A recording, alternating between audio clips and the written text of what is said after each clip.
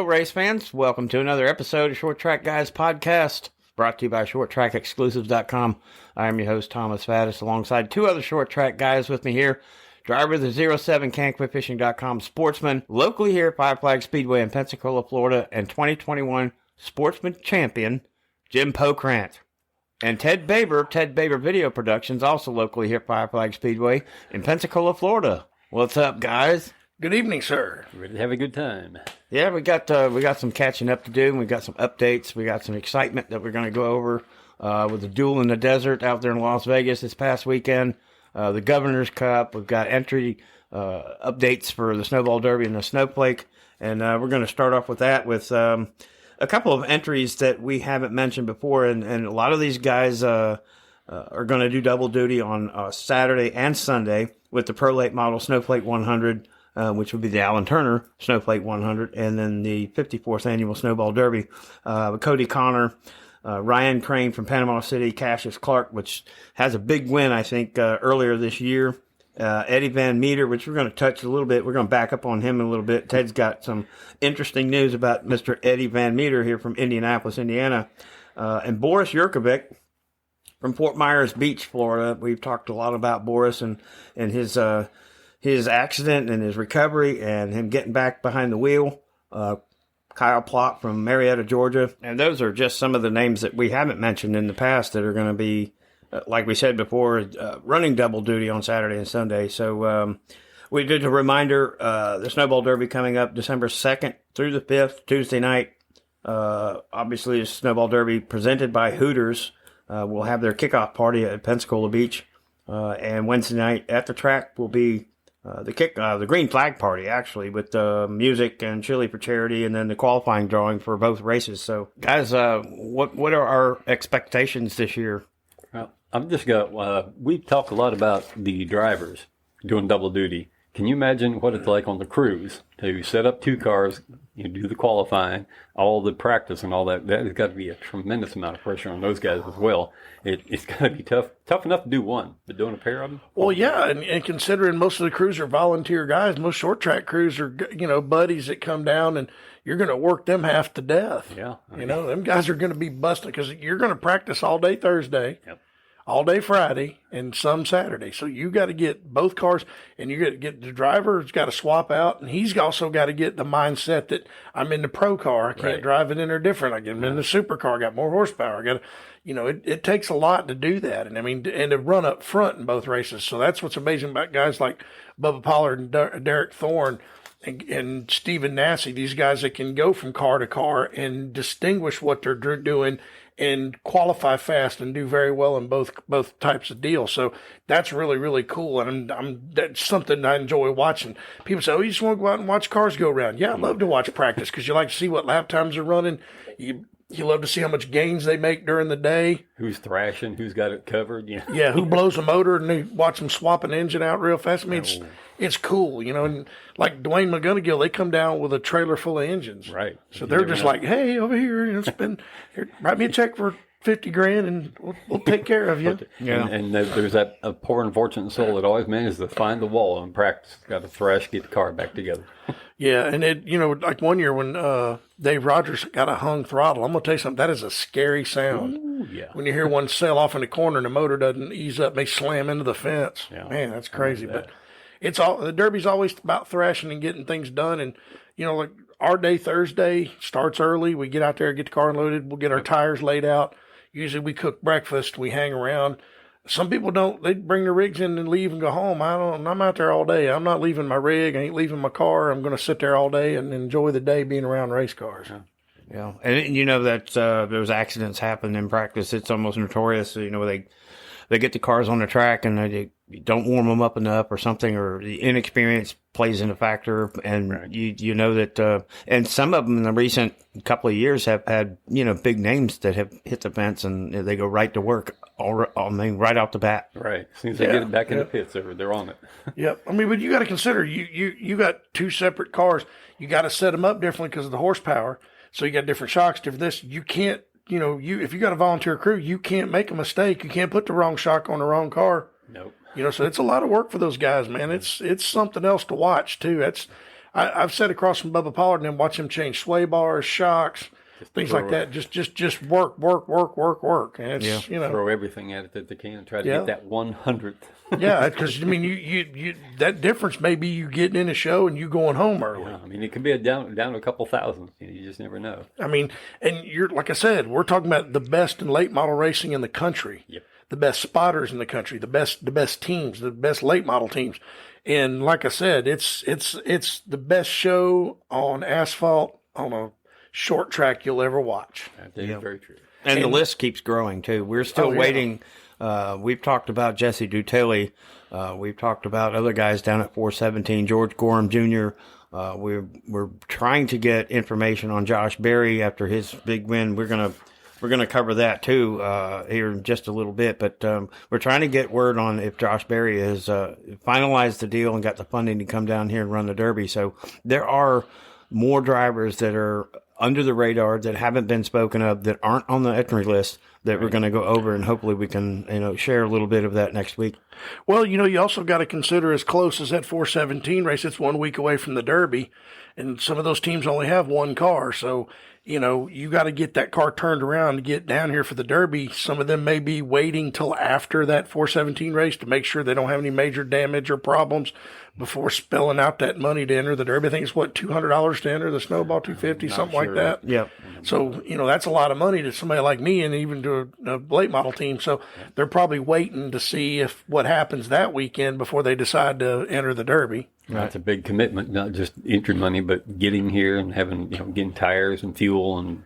Yeah. So, I mean, if you wad your car up and you've done spent money, you may have to fix your car. So I can understand that. That's like I said, it's a risky deal running a race that close to the Snowball, but Ty Majeski's going and all those guys are going to go down there, and that's going to be something I know we're going to talk about here in a little bit, but to do that and then 1 week later, you're going to run the biggest short track race in America. It's going to be interesting to see how many guys come up here. I know Rich Bickle's going down there and they're going to run the Derby. So, you got a week to turn the car around. That means take it apart, clean everything, check everything, make sure nothing's bent, nothing's tore up. Yeah, change the oils, all the fluids. Then you got to come up here and try to. I mean, they're working their guys. I'm telling you, some of these teams, 1 week you're going to work your guys to death, and then be up here to go racing. So it's going to be fun to watch, and the guys that persevere will be the ones that win. That's for sure. And it wouldn't be really surprising to see some of these teams take separate cars. Like I think we were talking before we went on, that there might be some rigs parked here. And maybe a rig, maybe a smaller rig that goes down to 417 and runs that race, just knowing that if something does happen, they've got something here to fall back on as far as the Derby goes. True, but guys like Dutilli don't have that kind of money neither. Even Stephen Nassy, you're talking about a week turnaround. If you wad up a car that you're counting on running and it's just mangled. I mean, George Gorham Jr., I'm sure he doesn't have the money. It's about them dollars. And, if you can go down there and win that 20,000, then you'll be okay. But, I mean, even Ty Majeski ain't got the kind of money some of these other teams have. You got to be careful. Risk versus reward. Do you want to win that race and come win the Snowball Derby, or do you want to wad your car up and not be able to have a shot at the Snowball? Right. Yeah. I'm sure some teams have two cars. I mean, and you could probably take your pro car and flip it if you had to. Right. So, I mean, it's going to be interesting to see, that's for sure. It's fun to watch. Well, out of the list of names and updates for this Snowball Derby and the Snowflake, we've got a driver that's it kind of struck our eye before we went on. We did a little bit of research, and Ted's got some information about an Eddie Van Meter. Yeah. He's an interesting character, there's no doubt about it. His most recent win was at the Sportsdrome Speedway. It was a 75-lap World of Outlaws figure 8 race, for crying out loud. Figure 8. Yes, indeed. Now, those are interesting to watch. I mean, you're just scared all the time. You just never know when somebody's going to just toast one cruising off in that intersection. You have no idea what's coming next. They're constantly blasting through there, and you're going, I wonder if he's going to make it this time. Yeah, break and go, break and go, break and go. I'm surprised they don't have like a traffic signal there where it crisscrosses so you know when to, slow down. But we looked at pictures, and it looks kind of like a slingers type speedway. It was a little, really small, maybe a 3/8 or maybe a 4/10 with the crisscross, where they do the figure 8 And if you've ever seen those figure eight races, and they do buses, they do, Jim, you was mentioning Trailers the and travel trailers and everything. It gets a little crazy. It does. The travel trailer ones, if you ever get a chance to watch the Night of Destruction, watch some of those videos. Those things are insane. Mm-hmm. I tell you what's just, not to change the subject, but this is cool. If you've ever watched, look up on YouTube, Banger Racing from Norway. Oh, Lord. Those guys are insane, dude. They wad cars until they're just a big ball of metal with a guy sitting in there. And I've seen some hits that just, you're like, how do they survive that? Those guys are nuts. I mean, they're wide open, just boom, hitting each other until there's just a big pile of cars left on the racetrack. Figure eight's the same way. Yeah. You go sailing through that thing and you misjudge, oh boy. I've It's gonna hurt. I've seen some nasty collections there right at where they cross, and it just either somebody is trying to chase the lead and you get to lose the focus, and somebody's trying to catch up to the field, and you meet and it's over. It's all over. Yeah. It gets nasty. Yeah, for It's sure. pretty damn crazy, and that's the crazy part. Like the figure eights with the travel trailers. There's people that drive like up into the travel trailer, and then there's one truck dragging around another guy in his travel trailer behind him. It's just, I mean, I think that most short tracks should do stuff like this because it's so cool to watch. Entertainment.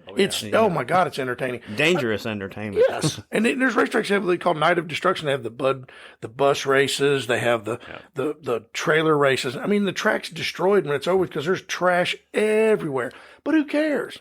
I mean, the fans They'll pay. have boat races. They'll have boats on trailers. Yeah, and the thing is, you give the fans something else to watch. It's pretty cool. I think that if I owned a short track, I would do stuff like that. Have a stunt man come in every once in a while and blow himself up. Let the crowd have something to cheer for. You know what I mean?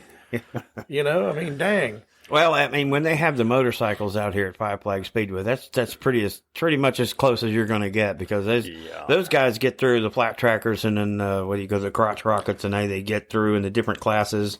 I think they got like a pro level and like an amateur level or something. And the motard guys are the ones that kill me, because the bikes are basically off road bikes, and they put street tires on them. Man, they smoke through those. No tomorrow. Yeah, whether you win or finish a podium, just finishing that deal is like, hey, we survived. That'd be a whole reason to celebrate.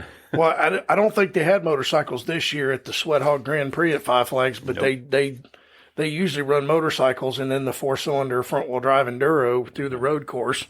It's fun to watch those guys, man. The kind of racing that Ted's talking about, I love it when they do that on pavement, but then they put dirt and jumps with the pavement. Like a TT Trials. Yeah, those guys are, you talk about something you got to really hang on, because you got to decide whether I'm going to go fast on the pavement or I'm going to go fast on the dirt. I don't know, but I'm going to try it. It's crazy. No. Well, Eddie Van Meter from Indianapolis, Indiana, he's going to be down here, and I don't know, I don't have the list in front of me. I don't think he's running double duty. I know he is registered and entered for the Snowball Derby, but what is he, 51 years old, did you say? 51 years old. He started racing in 1988. He's old as me, yeah. Right. So, hats off to the older guys coming down here and going to rough up with, the Griffins and Griffiths and, some of these younger guys that have been doing this, for, not quite as long as Eddie Van Meter, but, he's, and the Rich Bickles, these guys probably going to hang out together and let the kids go and do what they do. But we look forward to the show. And then Tuesday, like I said, it was Hooters at Pensacola Beach, was kickoff party. Wednesday at the track, music, chili for charity, and the qualifying drawing. If you can't make it to the beach, at least get to the track on Wednesday night. It is a huge deal. Yep. And we look forward to it. Definitely buy some chili because it's for a good charity. So correct. And the chili is really good too. Yeah, it is. It's really good. Well, like I said, we'll go to Hooters on Tuesday night and get some overpriced wings and drink a beer and look at boobies, and it's always a fun to be at Hooters and watch Bob Dillner walk around and talk to everybody but the local guys. But anyway, it's going to be fun. The Derby's always a blast, man. It's it's like a mini vacation for me. I'm around my people all weekend. Friend Ben's going to throw a big thing Friday at his place, his camper, so we're going to get to eat and have a good time. And it's always good to see, some people you don't get to see but once a year. Right. And And to see the place turn into a city of its own. Yeah. Oh, yeah. With Mark and Jackie coming in, our buddies from Louisiana, and while I'm at it, I want to thank we got a new sponsor coming on board for the Snowball Derby, Rich Bonneberger at All Pools. I'll have the pictures of the car when the decals are on it. Thank you for stepping up with us, Rich. We appreciate you. And if you need any pool liners or anything like that done, All Pools is the man to call. Right. Well, that's good. I mean, it takes sponsors, and that funding, to get things a little bit closer together, to make a successful week. Yeah. It does. And it's nice to have a little extra money in case you break something. You got money to buy parts and you're not running around trying to scrounge up money. I mean, I've been a budget racer my entire life. I've never had a major sponsor that's like, hey, Jim, here's a ton of money, go play. I had AmVets. They were giving me $600 a month, which I thought I was rich. I rarely had to come out of pocket then, but, God bless our soldiers. And I was thankful to have a veterans organization as a sponsor, but they're still around. If you veterans want to go join AmVets, Post 292 on Dog Track. I'm going to give them a little plug because they helped me out a lot. And of course, you helped me a lot, Ted. I appreciate everything you do for me. And Martin Beck and my whole crew, Will Hay and everybody. And let's go have some fun at Snowball Derby. Yeah, bring that trophy back to our studio, and we'll have a bigger party. That's it. Let's drink some beer and talk about it. Yeah, that's December 2nd through the 5th. Other than the Tuesday and Wednesday night, that would be, I think, the 31st and 1st. Yeah. So Hooters, Pensacola Beach track, Chili for Charity, qualifying drawing, kickoff party, green flag party. It's going to be a big kickoff deal for the Snowball Derby. And we're going to keep up with updates too with drivers coming in. We're going to pay attention to Jesse Dutilli and see if Josh Berry's actually going to get loaded up and come down here with funding. I really think I read something that he had made a deal with somebody coming down, but it's not official yet. I don't want to say anything because I don't know. Yeah. But I'm pretty sure with him coming off that big win, which we're about to get into here in just a second, but I would expect to see him.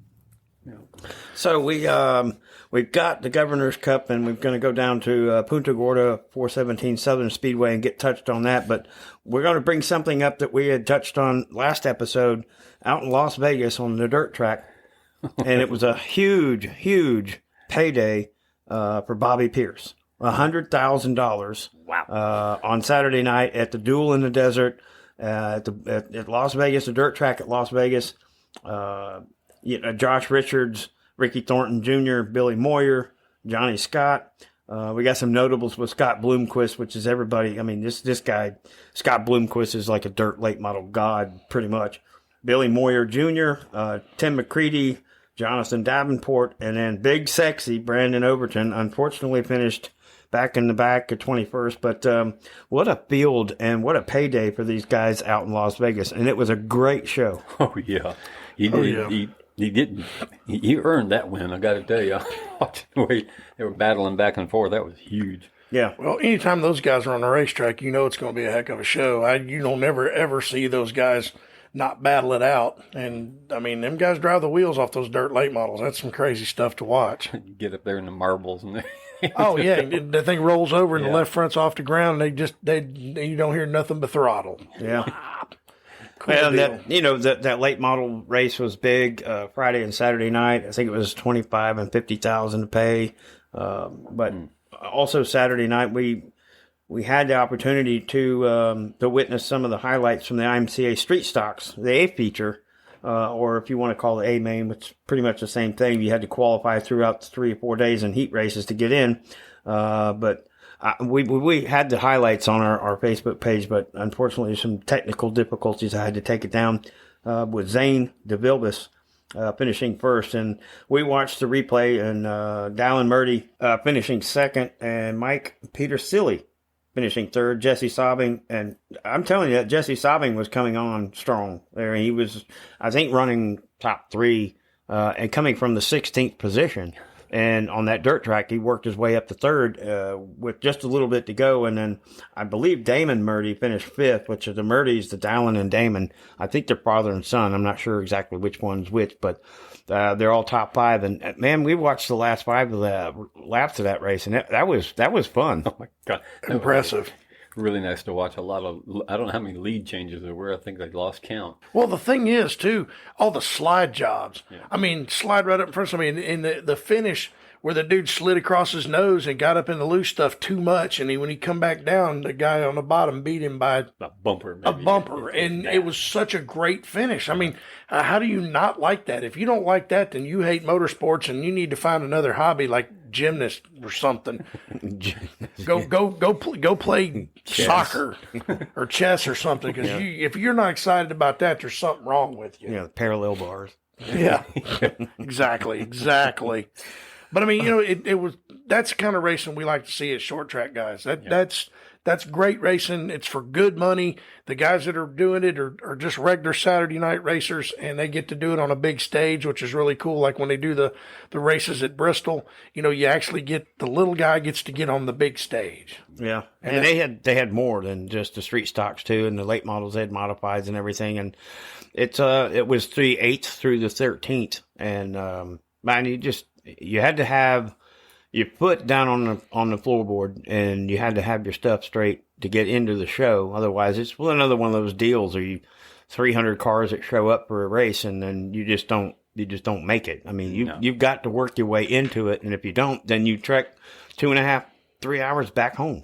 Yep, that's a long ride, man. I used to race up at Opp, Alabama, and it's 2 hours from everywhere. And man, you're coming home at 1 or 2 o'clock in the morning driving along, and there's nobody with you. You'd go up there, and like I used to race up there by myself, and you're driving home like, okay, stop and get something to drink and get some beef jerky or something to keep you awake till you pull in your driveway, and then you just walk in your house and just collapse into the bed until you sleep till 10 o'clock the next day. But right. I remember following you back that night, and you knew where you were going. I didn't. And I was like, where'd he go? I remember that.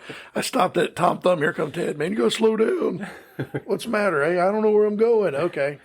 But it's and that's the cool thing about short track racing. We're willing to drive and do stuff like this just so we can get on a racetrack for 20 minutes and get our 20 minutes of fame. So that's one of the cool things about this sport that I love. Yeah, I thought that was interesting. Just to go over that duel in the desert in Las Vegas. A lot of these guys, if you see in the entry list, I mean, they're mainly on the West Coast, Oregon and the Dakotas and Utahs and Nebraskas, that kind of thing. But they don't just pack up the car and drive down 30 minutes and go to their local track. I mean, these guys are literally packing up to go off for the weekend. It's almost like not really a vacation, but it's a race weekend. And that's a little different than what we're used to around this area. Yeah. That's true. 2-day shows take money. I've done it up at Opp before, like I said, and it costs a local guy with not a lot of money quite a bit, and you've got to pay for hotel rooms, extra gas, and stuff like that. But like I said, we love the sport, and we'll do what we got to do to race. Yeah. Well, that was the duel in the desert in Las Vegas on the dirt track. Congratulations to Bobby Pierce for that $100,000. Wonder what he's going to do with that. Maybe build another car. Who knows? But congratulations to him. And we'll trek back from Las Vegas and come down to our home state, Florida, and we'll go down to New Smyrna this past weekend with the Governor's Cup. And we had a big show, and a lot of these names that we're going to go over are also going to be here in the near future, and they're going to be running the Snowflake on Saturday night and Snowball Derby, hopefully, if they lock it in. But we got Sammy Smith, Donnie Wilson Motorsports, believe had 3 cars down there with Donnie behind the wheel, the number 4 car. He did. And Chandler Smith in the 25. Yep. 26. 26. Actually, that's right. It is 26. Yep. 26. Stephen Nassy, Jake Finch, Eric Jones. Cup driver Eric Jones, Snowball Derby winner 2 times, will be here. And Bobby Good finishes round out the top 5 down there at the Governor's Cup. Yeah. Eric's following after his boss by coming back to Snowball Derby territory and trying to get it yet another one. Well, he got spun out and had to drive back up through the field. I mean, that dude did an impressive job, man. Eric Jones, he's a heck of a race car driver. Just because he's stuck in a crappy ride and Cup doesn't mean he's not a great race car driver. Right. I mean, well, I shouldn't say the King's ride's crappy, but it's not a top-tier ride. Yeah. But the Governor's Cup also ended up being a great – that stuff's always good racing in New Smyrna, and it's a very fast, crazy racetrack. And love to go down there and watch some races someday. I've never actually been. I've met the guy that does the back gate. I've met him at the Derby, and he keeps telling me, you need to come down and sit with me. I get the best seat in the house. So Yeah, it seems like our bucket list is becoming a barrel. Yeah. pretty much, yeah. It's like a barrel paper list. towel roll. Yeah. Yeah. Stuff we want to do. And some of the notables down there that are going to be here at the Snowball Derby from California, Jesse Love finished sixth. Justin Girardi, I have to mention him because he runs a 12 car. Glad to see him back in the mix of things. Yep. Chandler Smith, we mentioned before. Jeff Chiquette, always a bad dude when he gets behind the wheel. Donnie Wilson. And Jamie Skinner rounded out the top 22, I think, or it's finished 22nd out of 23. But, man, you can look at 23 late models as opposed to like maybe 55 now. What we're pushing on just the supers here for the Snowball Derby. And every one of those guys could have won that race. Oh, yeah. And how many of those guys are going to be at 417 coming up, too? Correct. I mean, you're talking about going from New Smyrna to 417 to Five Flag Speedway. Basically, that's what you're doing. And, you know, like we just talked about a little while ago, Less than a month. You're going to work your crew to death getting that car ready if you're going to run all those races. I mean, Stephen Nassy, I know he'll do it because he's got the funding, but my goodness, it's going to be crazy. Yeah, and the race Jim is referring to is the Billy Bigley Senior Memorial Late Model 128. It's a $20,000 to win. Stars are going to be there. They're going to come up here, going to probably run double duty. But like you said, you know, you get these cars together and what do? You take two cars, you take one and hope for the best. But I mean, if you're going after 20,000, I mean, what do? You just go for it, right? Yes. Yeah, you got to let the rough side drag and let her eat. I mean, but I mean, like I said, that race has got a ton of talent and a bunch of late models going to it too. So it's, like I said, that's going to be another prelude to the Derby. It's going to be a barn burner. Yeah, we look forward to it as we do every year, the Snowball Derby, and we'll just have to see what happens. You know, with the excitement building, we'll have more news next Wednesday. But that's a recap on the Duel in the Desert with all the Snowball Derby and Snowflake entries that we have up to date. The Governor's Cup, congratulations to Sammy Smith and all those guys. 417 coming up in just a little bit. The Bill 29th of November. It's going to be the weekend of Thanksgiving. 29th, okay. Bill Bigley Senior Memorial Late Model 128, 20,000 to win. We will have recaps on that. Won't it be on the Sunshine Network? Won't they? I believe Sunshine State Racing will have it with Jennifer Brinson. There's no doubt in my mind she will probably be in the stands doing her commentation and all that. And we look forward to it. They don't do the pay-per-view kind of thing, which is kind of a good... But it's a live Facebook thing, and you get to watch the whole race, and the coverage is really good. I just want to throw them a little plug there because they do a great job of those races at that track. Yeah, and it being a $20,000 to win late model race, and you're going to have the Majeskis and all these guys, the big hitters coming down there. I don't think that it's going to be. It might be a live look-in kind of thing, and then they might do a pay-per-view with somebody. I'm not sure yet, but we will touch base on that the closer it gets, maybe next Wednesday if we have something. But until then, guys, you know, as usual, it's always a pleasure to get to sit down with you guys and just kind of ramble on about short track racing and get everything out and maybe some updates, some news, and we'll anything before we sign off. Well, this is organized rambling anyway, you know. Yeah, it's organized chaos over here. We're at the Short Track Guys podcast studio. Yep. But hey, we're having fun and we're talking about racing. That's what we love to do. All of us have been involved with this sport forever, and it's a passion for all of us. It's a great time. I enjoy doing this every week, and I hope we get to continue doing this for as long as we feel like it. Yeah, and if you're enjoying what you're listening, you know, wherever you get your podcasts or on all the platforms, look us up on our Facebook page, Short Track Guys Podcast on Facebook, and leave us a comment, good or bad. We don't, you know, any noise is good noise for us, and we appreciate the support. Make sure you have your koozie when you go to your next race. Hopefully it's here in Pensacola, Florida, in the Snowball Derby and the Snowflake, and you know, go out there and cheer Jim on, and hopefully we can bring that trophy and take some pictures and have a big party, and maybe we might pick a couple of guests that make comments, you know, and have them over and have a big party. That works for me, as long as they're positive about me, because there are some negative comments about me out there. I would never. You know, I would never make anybody angry, would I? Anyway, no, not you. But No. You know what? Thank you to all the fans and to the people that do support me. I appreciate all my sponsors, my crew, my buddies, my friends. That's what this sport's all about. It's a big family. So Maybe a dysfunctional family at times. a little bit, yeah. You know, some of us are the evil step cousin or the black sheep, but hey, it's all about having fun. That's it. All right, guys. Well, I appreciate it, and we'll see you guys next week. Thanks, everybody, for listening, and take care. Let's go, Brandon.